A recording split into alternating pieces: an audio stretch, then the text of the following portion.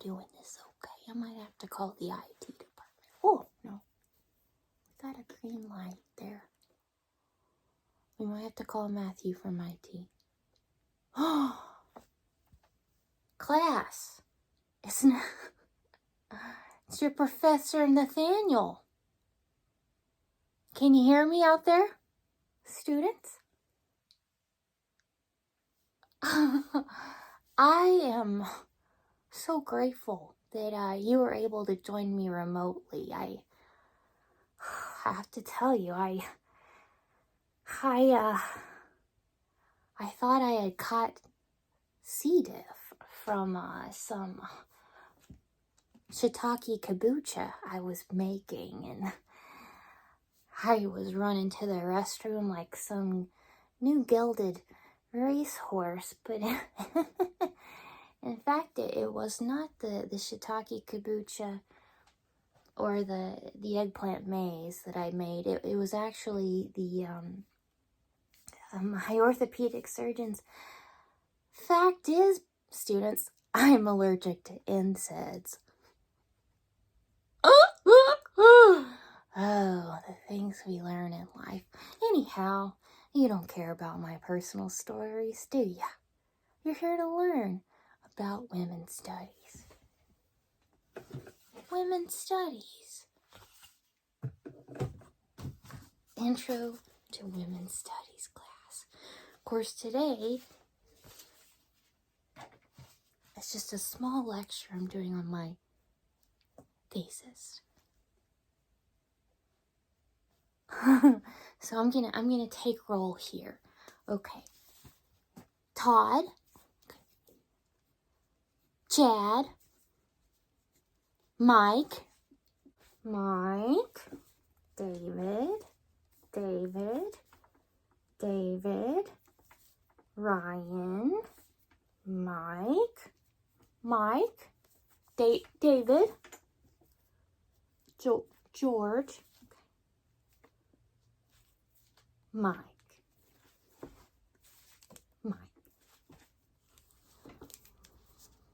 Mike, Andy, I see you out there. Andy, and who's beside you? Oh, Rob, and Mike. Who's over there? Oh, hey, Todd. Mike, other Mike, Philip. Okay. Stephen. Okay.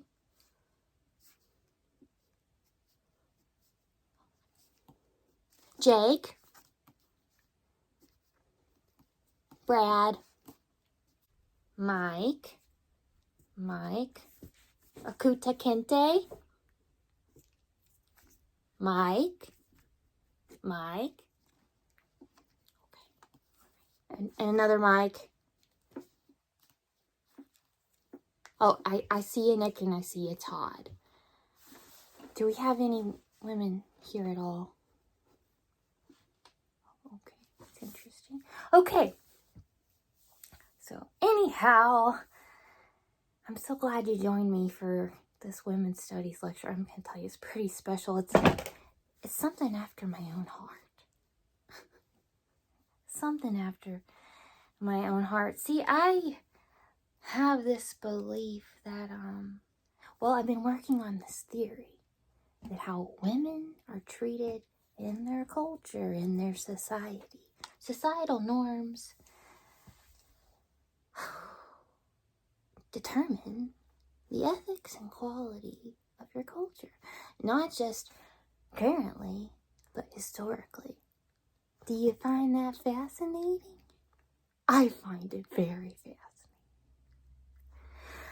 Whew. Oh, I have a question already. Yes, Todd? What is it? I'm listening. I'm going over my notes.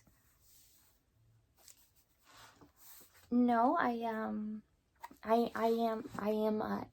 this doesn't matter what's the subject matter, but I am a heterosexual male. Thank you for asking. That has nothing to do with women's studies. Thanks, Todd. Thank you, Todd. We're gonna gonna move on. This is about women's equality and how we treat them and how it determines the longevity in the future and what people say about her culture years down the road. Okay, here we go. So, my thesis is that many women that were oppressed in certain cultures, their cultures didn't do so well. And still, we see that in certain parts today of countries, that women are being oppressed. Is it the educational level? Or is it because of their value of humanity and children? It is quite the thing. So I'm just, I want you to really think about your mothers and your sisters, because apparently there's no people that identify as female in here today. So, you remember, students, we talked about the 19th Amendment with Sue and B, Sue B, and Tony, and the votes for women. Do you know that most countries that were progressive with women's rights also were progressive with others' rights too? So let's just keep moving with that. But do we wonder if it is the education, or is it education? Is it the chicken before the egg? Is it the education and then we treat them better, or is it we just treat them better and we are better? Do you have to be collegiately educated to treat women well? I disagree. When I did work in the Peace Corps, I saw many tribes that treated women with dignity and respect. What's the Peace Corps? It's kind of like Girl Scouts for adults, but there's no cookies. Okay, all right.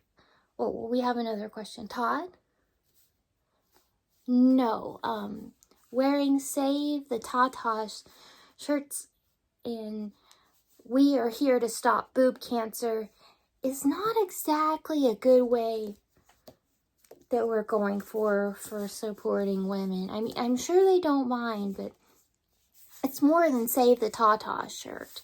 Yes, okay. All right, we're going to move along. I'm sure that your efforts are appreciated.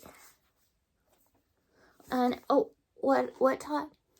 No, tipping extra at the Hooters isn't exactly gonna be the way you change societal norms for women.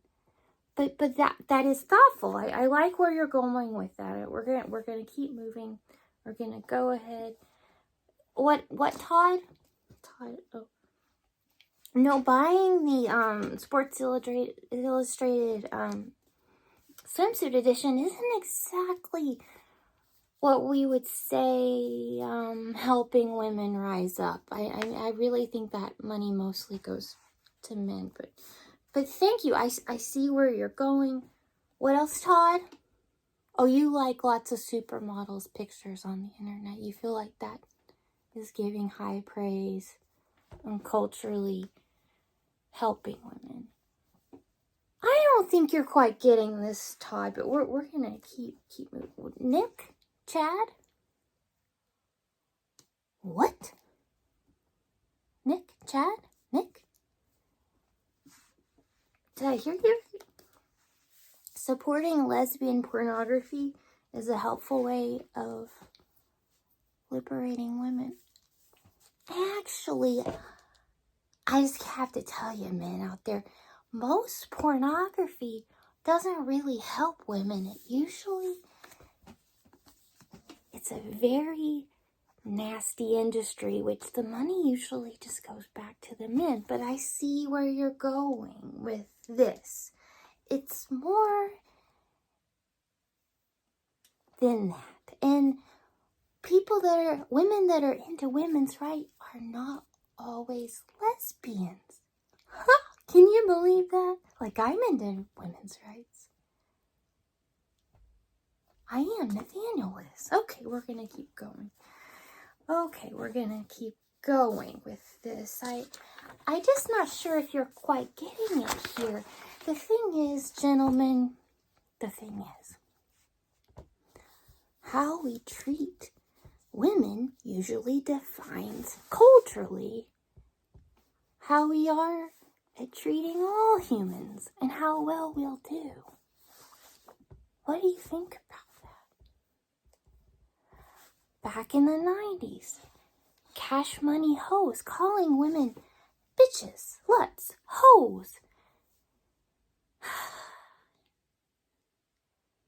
Yeah, see? Okay, now you're seeing it. Okay. All right. Okay. Do I have a girlfriend? I do. I have a potential partner out there. We've been online getting to know each other for quite a while. I met her over at Amnesty International. Oh, I'm sure she's beautiful. She sounds beautiful.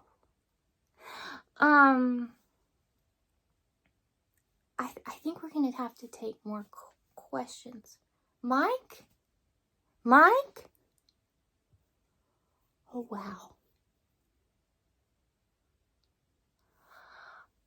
I think we're gonna have to go back to Susan B. Anthony and talk about that again, Mike.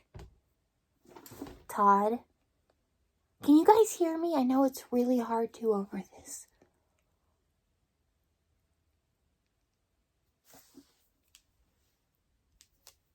Oh, I just don't think you're quite getting what I mean by respecting women. I think we're going to have to go back to last class when we talked about Sue